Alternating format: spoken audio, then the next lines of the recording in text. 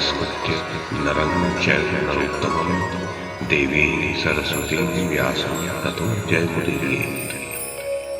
ओम नमो भगवते वासुदेवाय, ओम नमः पितामहाय, ओम नमः प्रजापतिभ्यः, ओम नमः कृष्णद्वैपायनाय, ओम नमः सर्वविघ्नविनायकेभ्यः।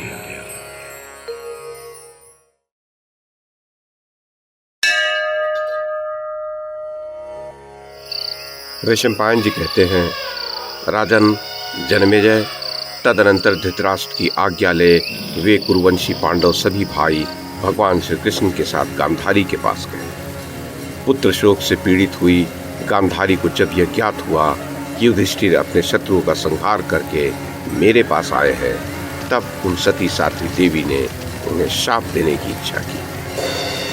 पांडवों के प्रति गांधारी के मन में पापमय संकल्प है, इस बात को सत्यवती नंदन महर्षि व्यास पहले ही जान गए थे। उनके इस अभिप्राय को जानकर वे मन के समान वेगशाली महर्षि गंगा जी के पवित्र एवं सुगंधित जल से आचमन करके शीघ्र ही उस स्थान पर आ पहुंचे। वे दिव्य दृष्टि से तथा अपने मन को समस्त प्राणियों के साथ एकाग्र करके उनके आंतरिक भाव को समझ लेते थे। अतः हित की बात बताने वाले वे महातपस्वी व्यास समय पर अपनी पुत्रवधू के पास जा पहुंचे और शाप का अवसर हटाकर शांति का अवसर उपस्थित करते हुए बोले, गांधार राजकुमारी, शांत हो जाओ। तुम्हें पांडुपुत्र युधिष्ठिर पर क्रोध नहीं करना चाहिए। अभी अभी जो बात मुंह से निकालना चाहती हो उसे रोक लो और मेरी ये बात सुनो।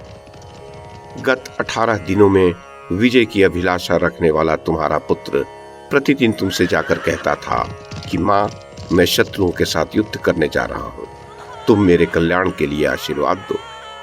इस प्रकार जब विजयाभिलाषी दुर्योधन समय समय पर तुमसे प्रार्थना करता था, तब तुम सदा यही उत्तर देती थी कि जहां धर्म है वहीं विजय है। गांधारी, तुमने बातचीत के प्रसंग में भी पहले कभी असत्य कहा हो ऐसा मुझे स्मरण नहीं है, तथा तुम सदा प्राणियों के हित में तत्पर रहती आई हो।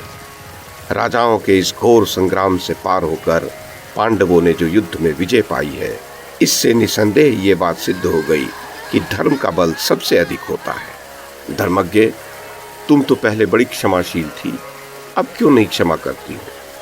अधर्म छोड़ो, क्योंकि जहां धर्म है वहीं विजय है। मनस्विनी गांधारी, अपने धर्म तथा कही हुई बात का स्मरण करके क्रोध को रोको।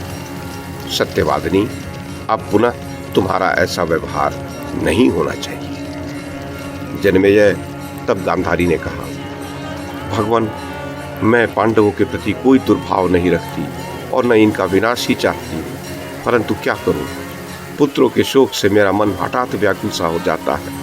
कुंती के ये पुत्र जिस प्रकार कुंती के द्वारा रक्षणीय हैं, उसी प्रकार मुझे भी इनकी रक्षा करनी चाहिए। जैसे आप इनकी रक्षा चाहते हैं, उसी प्रकार महाराज धृतराष्ट्र का भी कर्तव्य है कि इनकी रक्षा करें। कुरुकुल का यह संहार तो दुर्योधन, मेरे भाई शकुनी, कर्ण तथा दुशासन के अपराध से ही हुआ है। इसमें न तो अर्जुन का अपराध है और न कुंती पुत्र भीमसेन का।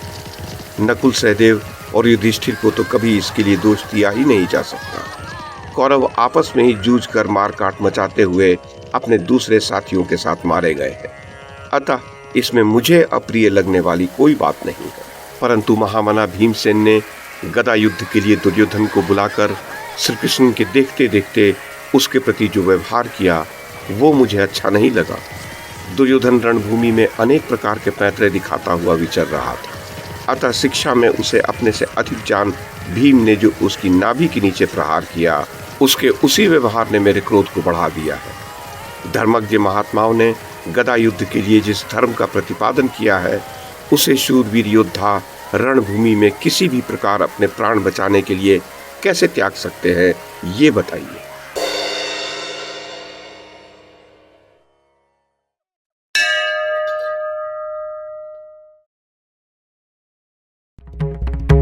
YouTube के माध्यम से महाभारत की कथा को एक श्रृंखला के रूप में प्रस्तुत करने का हमारा ये प्रयास यदि आपको सराहनीय लगा हो तो कृपया इस कड़ी को लाइक और शेयर करें, चैनल को सब्सक्राइब करें और बेल आइकन को दबाएं। साथ में अन्य लोगों को भी देखने के लिए प्रेरित करें।